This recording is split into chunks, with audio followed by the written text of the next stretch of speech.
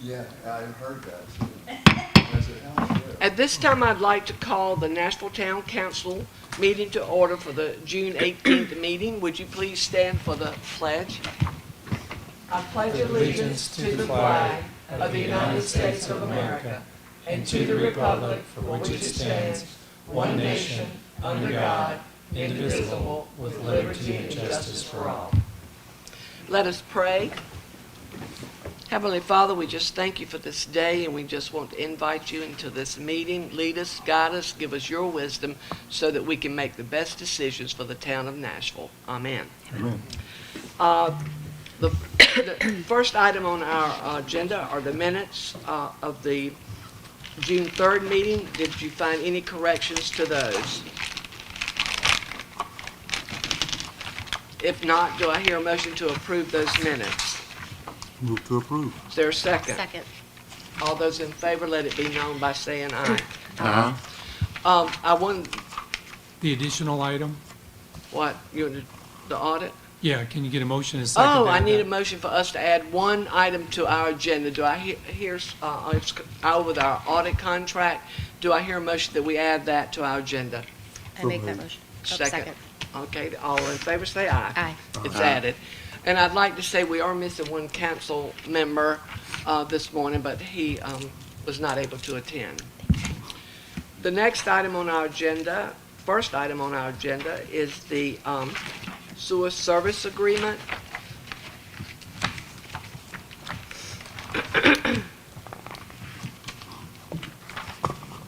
So Mayor and Council, our 40-year sewer contract with the city of Rocky Mount is expired and we need to renew it.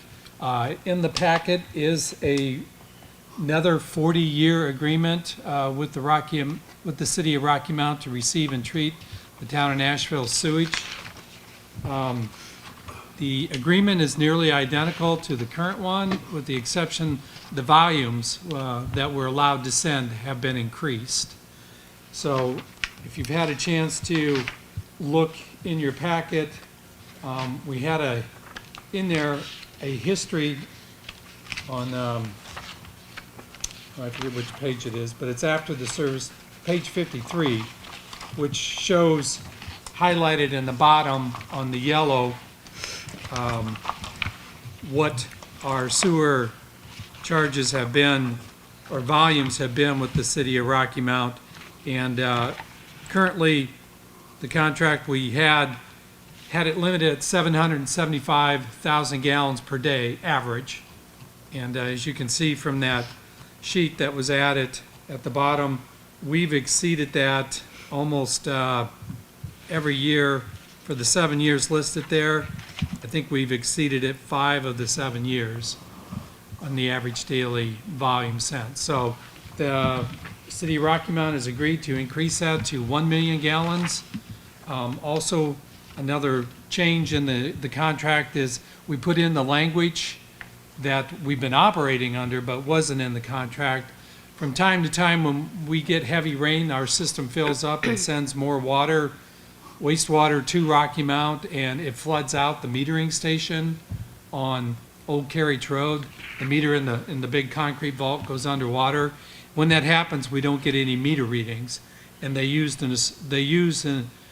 an assumed volume going through that 18-inch pipe, and so that calculation is in there now also, which says when they call it a surcharging event. In a surcharging event, the volume of water will be assumed at 2.19 cubic feet per second from the time the meter goes underwater till we get readings from it again. Other than that, there aren't any changes. Raz has had a chance to lay eyes on this, and he's given a thumbs up on it. And it does renew in 10-year increments for 4 renewals automatically. We can amend this with mutual agreement with a 60-day advance notice. It does subject us to the City of Rocky Mount's annual sewer charges that they set annually. That's why they're not listed here specifically in the agreement, because they fluctuate and change. And currently they are $5.18 per 748 gallons. And you may wonder about that strange quantity of gallons. They bill in cubic feet, and then we have to convert it to gallons. And that's the reasons. One cubic foot of wastewater is equal to 748 gallons of water, so. Mayor, if I may. Randy, on your spreadsheet you have with the sewer volumes over the past years, not that it makes any difference, but for correction purposes, you put year 2025 and it should have been year 2022, 22, 23, 24, 25. If you look across at the top, the fourth column, Page 53. Yeah, it should have been 22 instead of 25. now, And yes, you're right. And based on what we're paying Rocky Mount on a monthly basis for water, how long would it take us to drill a new well to break even with what we're paying in Rocky Mount? I mean, because we're paying unreal prices for water and sewer treatment. I mean, I know we don't have a sewer treatment plant because that's been closed years ago, but at the rate that we're going right now, it probably wouldn't take us too long to break even if we drilled another well or even explore the idea of making another sewer plant. What do you think? When John O'Keefe was here as our finance director, he did some analysis on what it would cost to drill a well and treat it and, actuaried it out over the years versus buying it. And it is less expensive to produce our own water. We are limited in that none of the wells that I'm aware of around Nashville probably do more than 150 gallons a minute. And at that rate, then the volume of water, we'd need about 12 wells in order to, fully cover our own water volume.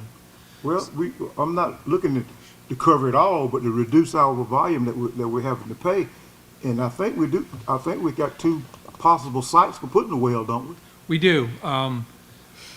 We have 3 active wells right now with well number 5 back online. So 5, 6, and 7, and they've all been recently rehabbed, so we should be good on those for a while.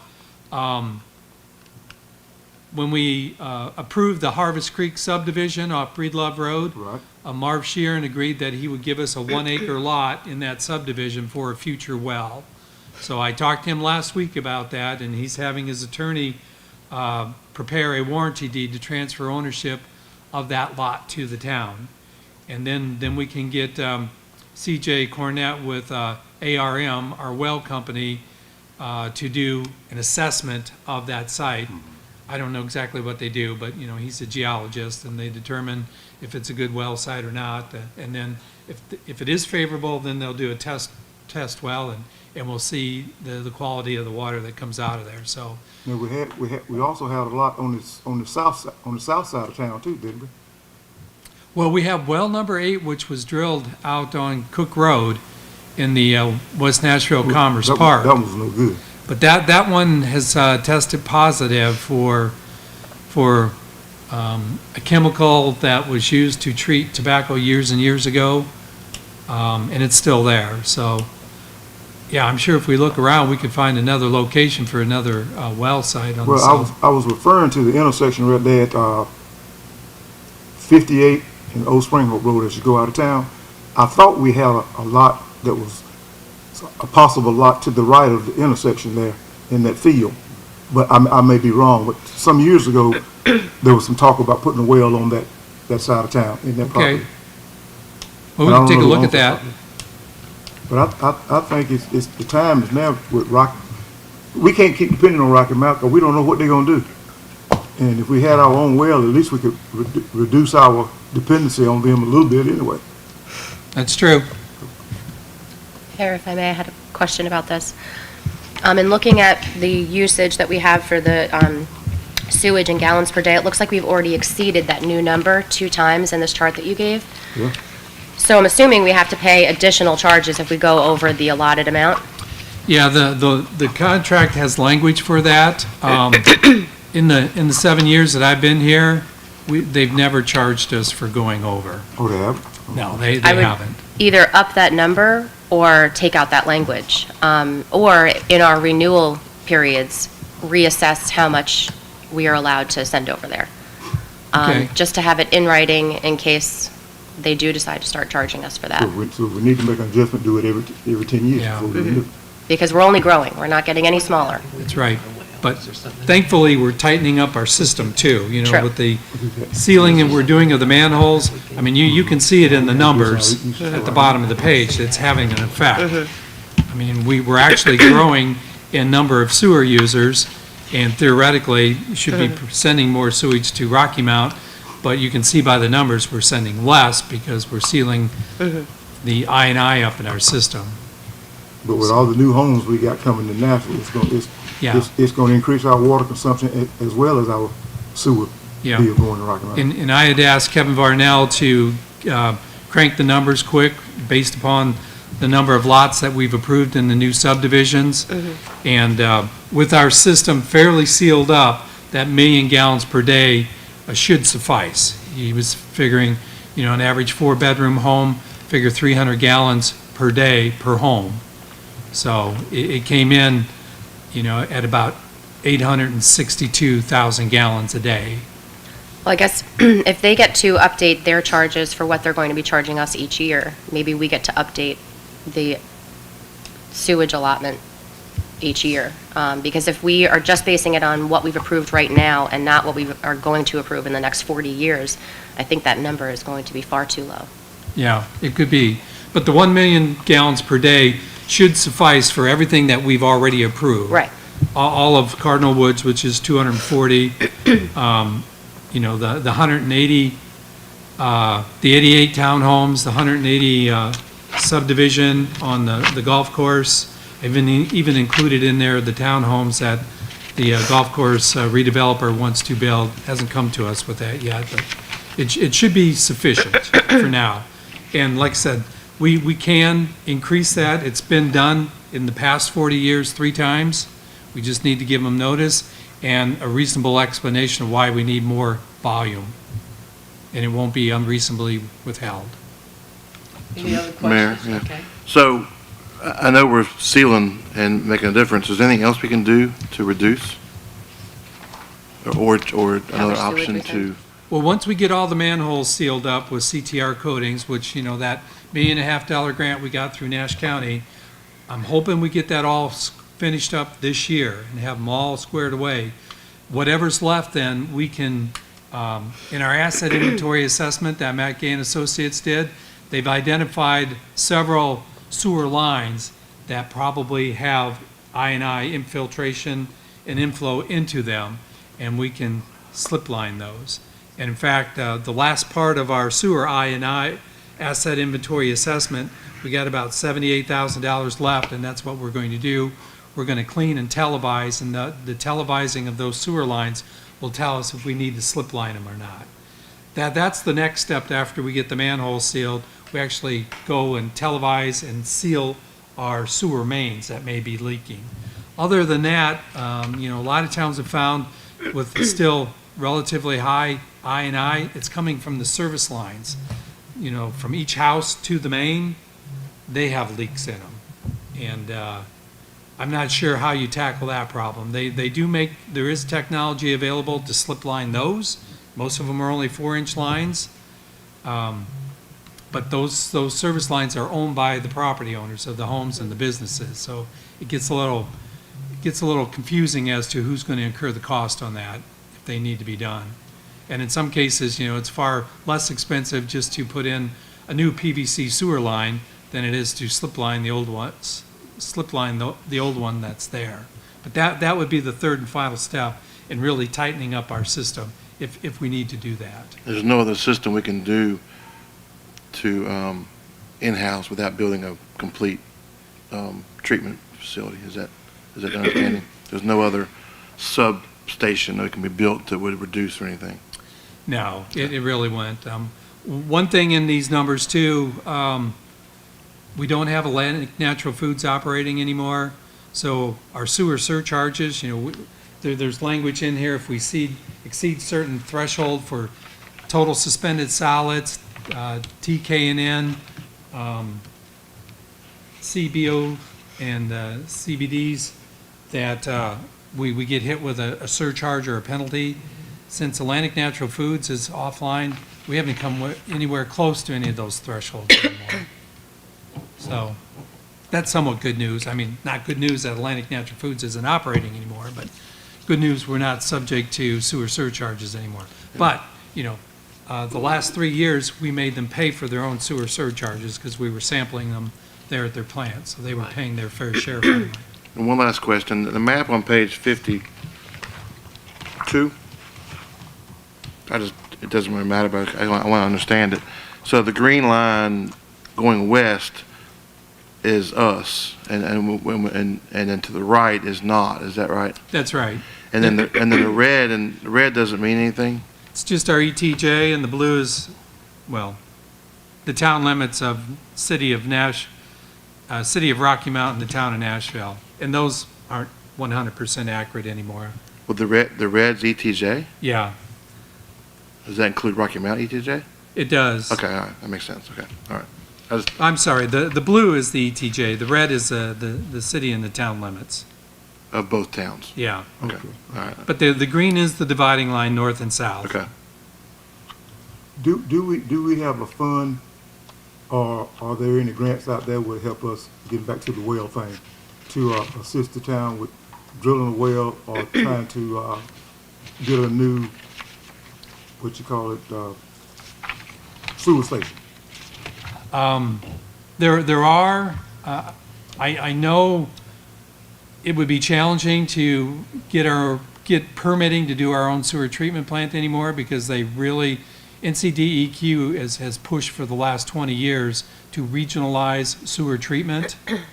So unless you're physically too far away to pump your sewage to a larger facility for treatment, they typically don't permit you to build and operate your own sewer treatment plant. But we can certainly ask. The Spring Hope pump theirs all the way to Rocky Mount, or where do they pump theirs to?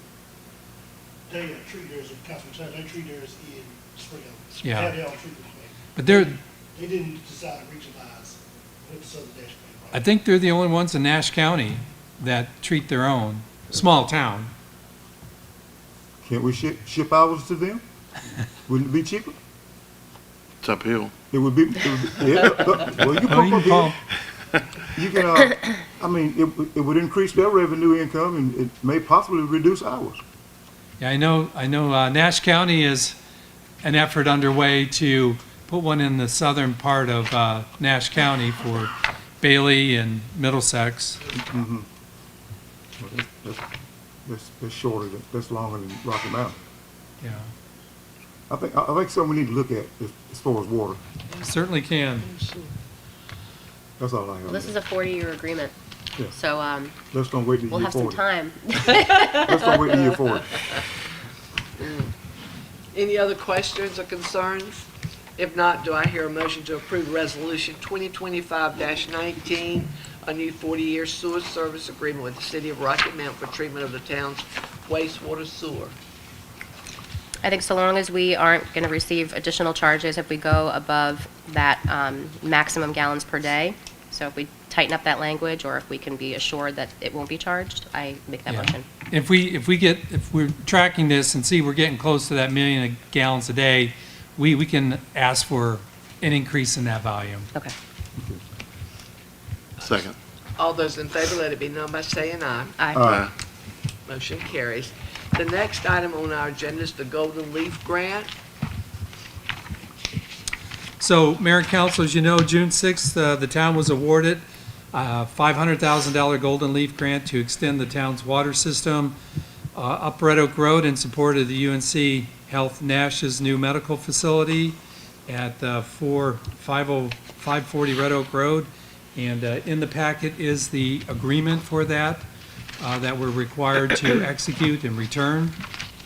So my recommendation is it's the same agreement that we've adopted twice before on previous Golden Leaf grants, same language, that council go ahead and approve the execution of that grant agreement. Do any of the council have any questions concerning this resolution? Move to approve. Is there a second? Second. All those in favor, let it be known by saying aye. Aye. Motion carries. I'm very grateful for that grant for our town. The next item on our agenda is the CDBG Neighborhood Revitalization. So Mayor and Council, we have with us this morning Ben Jones. He's a grant writer and grant administrator with Felter Consulting Company out of Goldsburg. And he's going to give the council a presentation on the CDBG Neighborhood Revitalization Program. Ben? It's 20 years ago. Morning. Yeah, thank you guys for having me today. I'm here, as the town manager said, to specifically speak with you guys about a grant opportunity for housing in the town of Nashville. So the program that I wanted to talk with the council about and to see if you guys had an interest in applying is what they call the CDBG NR program. It's a Community Development Block Grant Neighborhood Revitalization Program. I think as I spoke with Mr. Larry earlier, he said this was a program that the town had taken part in about 20 years ago. Since then, the program has changed a little bit. Back then, the program was what they call essentially a block grant. So you'd work in one area, you'd work on streets, you may work on houses, you may do all these different things. And now it's more of a scattered site program.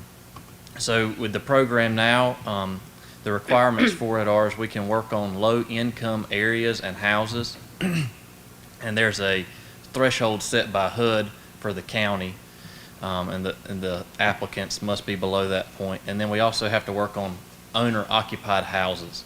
But as far as where the houses are, they could be scattered throughout Nashville. We could do one here, one here, and one here. The program allows for a maximum amount of $950,000 each year for us to work on these houses. And the program will pay for complete tear down and rebuild of these houses. So we can demolish these houses, temporarily relocate the occupants, and then reconstruct the homes on the sites. The program is a 3-year program, so currently it would be like an application period, and then early funding, environmental reviews, etc., and then construction and closeout. The program allows 3 years for that entire process to take place. The Department of Commerce has recently changed the rules on the program where they used to only allow you to apply for so much over a 3-year period, whereas now they will allow us to apply every year for the $950,000. So if the town wished, we could apply next year and do more houses, and the year after that and do more houses, I guess until the town ran out of houses or ran out of projects or the grant went away. But that's kind of the overview of the program, and I'd be happy to talk with you and answer any questions that the council may have. Yeah, I've got a question. Okay. As I can recall, 20 years ago when it came through, and I speak because my aunt her house was done 20 years ago. After you got the grant approval to do a house, back then you had to sign a whatever it was, sign a waiver saying that you had to remain in that house for an X number of years after they did it. Is that still apply to this? And if so, how many years do they have to? Correct, stay yes, after? sir. So the way this program works for the occupants is it's a forgivable loan. So technically, the city of Nashville is provided the funds from Department of Commerce, and the city of Nashville, or the town of Nashville, is making a loan to the individuals that does not have to be paid back. And so the requirement is, as you stated, Mr. Larry, is that they cannot sell the house for a period of 8 years. Okay. And so they have to sign a promissory note and a deed of trust. And so every year during that 8-year period, so much is forgiven off of that loan. So say they sold it in year 5, they would only owe the town 40% of the original deed of trust. So yes, that is correct. Any Mayor, other I have a questions? couple questions. So who builds the homes? So the homes are actually built fixes the homes. by contractors, local contractors. So we'll actually put that out for bid. So we'll work with the homeowners and provide them with a few different house plans that are generally the same size as the house that they currently have, and they'll select a house plan, and then we will advertise that bid, and we'll direct solicit local contractors, and they'll bid on those properties, and typically it's awarded to the lowest responsible bidder. And so sometimes, the town can make a decision to award it to one over the other. Maybe trying to think of some reasons that we've done that in the past is maybe it's a new contractor the town's never worked with and they won 4 houses, and you kind of want to mitigate some of the risk of, well, if things don't go well, let's leave it to one house now. Those are some reasons that we have awarded to not necessarily the lowest bidder, but that's typically how that works. So out of the 950,000, is there any funds for administrative to the town to handle all that? Because it sounds like there's things to do. Yeah, so that's actually what I do. So I work in this program and do administrative work. And so the way that this program is structured is I can't necessarily be hired until after the program is funded. And so I will work with the town and I'll write the application and not charge the town. We'll write the application and obviously we hope we get it funded. And if it's funded, then the town has to do a RFP, or a request for proposals for administrative services. And then I'll help you guys with that as far as like keeping it in compliance with CDBG standards and direct soliciting a certain number of consultant companies, etc. And so then you would hire a consultant at that point, and they would administer the project. So you're initially there, but then we have to hire somebody else to administrate to the bids and keeping track of who moves and who doesn't move. And Correct. So a typical grant program like this works. For some reason, they don't allow you to hire me today and say, hey, we want you to write the application and administer if it's funded. So I'll write the application, and I don't charge. Some groups do, but I don't charge to write the application. And typically we'll find out if it's funded, and then we will have to, first thing we'll have to do is submit compliance plans to the Department of Commerce, and then also procure an administrator. Obviously, I'm hoping that if I write the application and I bring this grant to you, that I would be the one hired to administer that project. And so that's where the benefit to me would be to be hired by the town and to be able to work with you guys as far as administrative services go. but we The can't only use thing- the 950 for that. Do what? We can't use any of the I was wondering 950. if the town has to foot the bill for your administration. Okay, no, yeah, all the administrative services come out of the grant program. So everything that's paid to me and everything that is spent to fix the houses comes out of that 950. Oh, There's no okay. required match. That changes things. So Yeah, there's no required match from the town. one final question from me. With this grant, could we use this grant to apply to Mr. Lucas, to a property in town that we're getting ready to demolish because it's in such bad shape? It's not owner occupied. On, It has to be owner occupied. it's got to be owner occupied. Yes, Well, sir, Councilman, it's gotta be owner occupied. I think what you talked about is the other grant that Mhm. we talked about a while back. If they, gave us the property, then we could with the Department of Commerce to get that grant. Okay, but that's a different, That's a different one, yes. Okay. So All just, in the same group, but just different houses. Okay, I got you. so can you explain owner occupied? Does that mean, could Yes. somebody buy the property and occupy it after it's fixed, or they have to live in it currently? So the way that is checked is you guys, the council, Mr. Sean, typically in the application period will provide me with a list of possible applicants. And I try my best to work off that list unless I run out of people and I need more for an application. During application period, it's verbal only. So I will ask the individual, I say, do you own this house? Yes, I own this house. And then I will say, hey, here's the income limits. Are you below these? Yes, I am. And so as long as they answer yes to those questions, then they can be included in an application. Once we get to the point where we've completed our environmental review and Commerce has agreed to release the funds where we can start spending money, we will have an attorney do title opinions to verify that they own the house, and we will have to get third-party income verification. So whether that's a tax return, a Social Security statement, something stating that we can have in our files that states that they are below that income threshold. Owner-occupied essentially just means that whoever lives in the home is the owner or at least a part owner in that property. So, for instance, heir properties, sometimes they get messy, but we oftentimes can do those. Say one sibling lives in the house and the others don't. We just have to get the other siblings to sign off that they can do that house. So, but For Larry's question, the house is so bad that no one could possibly occupy it right now. So if you have a house that's so far gone, Yeah. you don't work with those. Yeah, that's kind of a case-by-case basis and working with Commerce on that, because Okay. my personal feelings are if somebody is displaced due to the severity of their house, that it should be Okay.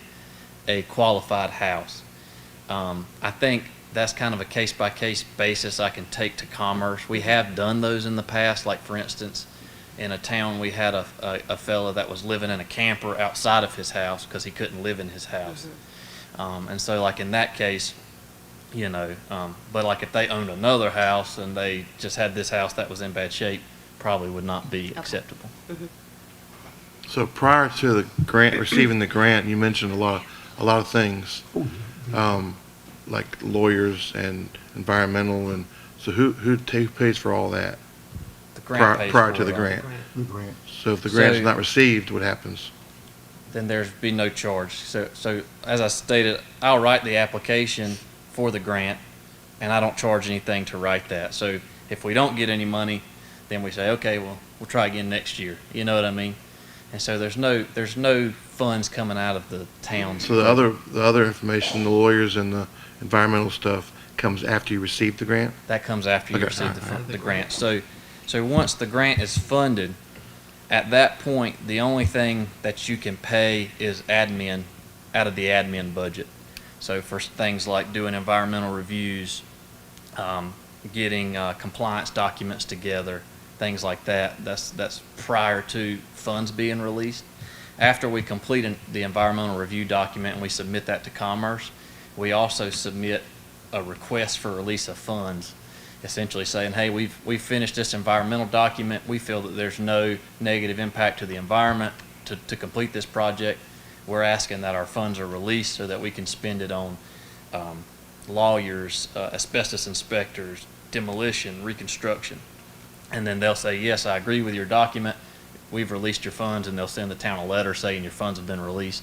And then at that point in time is where we will procure attorney services, surveying services, and asbestos inspectors. And then those will be the first three things done. And then as soon as that's done, then we can actually start on the construction of the homes. Mayor, if I may, I have one question.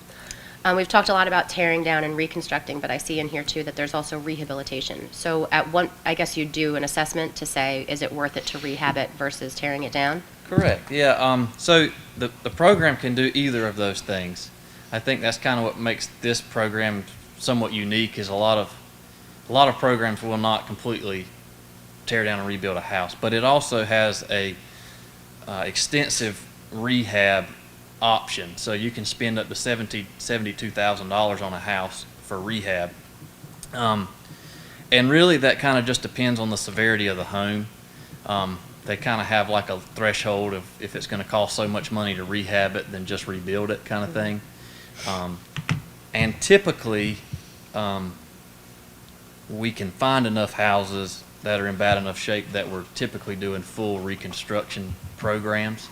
Maybe, I don't know, say we wrote an application this year and next year and maybe a third year and we're kind of running out of complete tear down and rebuilds, then you can focus more on rehabs where you got, certain things. And they're pretty extensive rehabs in this program. So like, typically when we do a rehab, we're redoing roofs, HVAC, flooring, new windows, new interior, exterior doors, painting, redoing kitchens. So we can, this is a complete revitalization program and not so much as an urgent repair or a program such as that. Thank you. Any other questions? One thing I do want to mention too, so this is a housing program overall, but it can do other things. So possibly in the future, if the town had a neighborhood project that they would want to complete, we still have to meet the low income threshold. So for instance, maybe Nashville has a low income part of town where there's a park or a community building. We could possibly write into an application to redo a park or redo a community building in the future. So we still have to meet those low income requirements as far as who we're benefiting, but we can do things outside of housing in this program as well. Can you add a park? Yeah, if you have the land, yeah. Okay. That's good to know. Thank you so much. Yeah. We appreciate you coming, Ben, and sharing this with us. Thank you. And then just one other thing, sorry, that I forgot to mention, is if the town does want to go forward, the first step in the application would be to hold a public hearing. And so I would obviously advertise that public hearing. And I guess to go back to one of your questions, so the only expense that comes out of the town's pocket would be advertising expenses. So when we advertise for a public hearing, or we advertise to put stuff out for bid, things like that, the town typically pays that. And so the way we structure that is that's typically a couple $1,000s of expense over the 3 years. And so in that admin budget, we'll leave a few $1,000s. So at the end of the project, we can get the receipts for advertising and we reimburse the town from the grant program. Great. So, but the first step to the application would be to have a public hearing. Public hearing. And so, I could work with Mr. Randy on scheduling that, and I can get that advertised. And that first public hearing would essentially be very similar to this. It would just be saying, the board wishes to apply. This is the gist of the grant program. Anybody have any public comment on this program? And that one we would have pretty much as soon as possible so that we could get started. And then the second one we would have more towards the end when we're about to submit our application, because that one we have to have 2 public hearings. That one would be, this is what our application is going to consist of. Does anybody have any public comment? One last question. How many projects have you done? Well, I've been working in this program. It come back in about 2018. So I'm going to say, I don't know, I've probably written and worked on 4 a year maybe. Okay. All right. Not your first rodeo. Do it? Not your first time. No, no, sir. It's not his first rodeo. Any other questions? No. Again, thank you so much. So at this time, I'd entertain a motion to proceed with having Ben Jones, the Falter Consulting Company, prepare and submit a CDBG NR grant to the NC Department of Commerce Rural Economic Development Division for the town of Nashville to rehabilitate and or reconstruct owner-occupied homes in Nashville owned by low-income homeowners. I make that motion. Second. All those in favor, say aye. Aye. Aye. Motion carries. Thank you so so much. kindly. Thank you. Thank you for coming. Thank you. The next item on our agenda is budget amendments.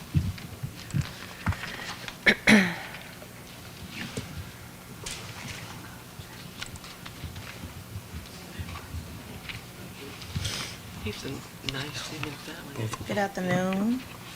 I'm before you to present 2 budget amendments. I had to split them because it's 2 different funds. The first one is for the general fund. Can you hear me? Yeah. Oh, okay. Budget amendment number 24 reallocates existing lapsed salary and health insurance funds to cover unforeseen legal fees, insurance, and bond fees for FY '25. I need to correct that. These funds will prevent us from having to appropriate additional fund balance. Budget Amendment 24 also recognizes additional revenue collected from this fiscal year's interest earned to cover contract fees for VC3, lease expenses for the farmer's market, and repairs to the garbage truck. Budget Amendment 24 increases revenues and expenditures by $23,000 for FY '25. Does you have any questions? Any questions? So it's coming from the fund balance. No, No. we're not touching the fund balance. Basically, what we're doing is we anticipated on collecting, let's just say $100,000 in interest earned, but we're way over that amount, so we're just gonna use existing revenues to cover additional expenses, so we're not touching fund balance. That's good. Do I hear a motion to approve budget amendment number 24 to the FY '25 budget? Make that motion. Is there a second? Second. All those in favor, let it be known by saying aye. Thank you so much. You're welcome. Budget amendment, I had to split them, because it's two funds. You only have 24. It's 24 and 25. I had to split them because it was two different funds. I couldn't put them on Okay. the same one. You ready? Yeah. I'll give y'all a copy of them too. Sorry. Okay, budget amendment 25 reallocates the $50,000 of contingency funds to cover professional service related to Atlantic Natural Foods, full-time salary for an employee service package, and sewer treatments to the city of Rocky Mount. Budget amendment 26 also recognizes additional revenue collected for this fiscal year for both water and sewer. Budget amendment number 26 increases both revenues and expenditures by $200,000 to cover the final bill from City of Rocky Mount. Move to approve. Is there a second? Second. All those in favor, let it be known by saying aye. Aye. Motion carries. The next item on our agenda is our audit contract. So, Mayor and Council, we have Thompson, Price, Scott, Adams and Company has been our auditing firm the last 2 years, and we'd like to continue with them for doing the FY '25 audit. And they have given us a contract to do that audit with a dollar amount not to exceed $37,500. And we know from the past, when John O'Keefe was our finance director, that there are only One more. 3 firms in the state now that do audits for small towns. So it's very limited to where we can go to get auditing. But anyway, this amount is not excessive for our audit, and staff recommends extending a contract with them for the FY '25 audit. Any questions? How much do we get hit for this past audit? It took the whole $37,500. Okay, and they're saying not to exceed. Right. Okay, so that's their charge. And this is in the budget for next year already. Yeah. Yeah. We're just picking the person Right. Yeah, or the firm. the firm, and we don't have a big choice. Yeah, don't have a choice. They have a cool name. Move to approve.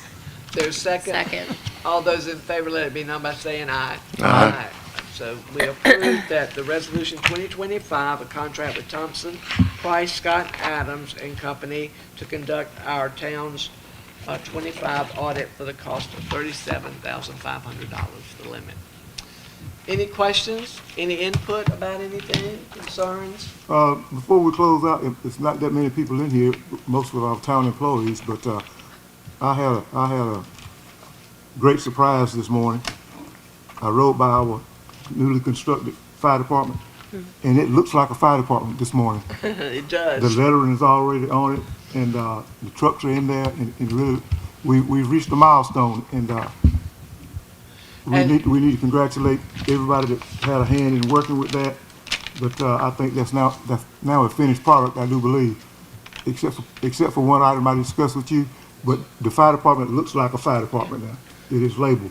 And Chief, how's it working out with 2 departments? Well, Uh-oh. we had set it up for the last 3 years. We had already split the districts, so they were running as Engine 1 and Engine 2. But just for example, Sunday before last, they ran 10 calls out of that station. 10. Yeah, I think it was would have been Sunday, Monday of last week, we run 23 calls, and I think 16 of them were out of Station 2 in 2 days. So it's doing what we put it over there for, quicker response on that side. Great, So, great. Thank you so much. Any other questions? I'd just like to thank again all the department heads for the great job you do and for the council and the way you love and work for our town. And if there are no other questions or input, the meeting is adjourned. All right.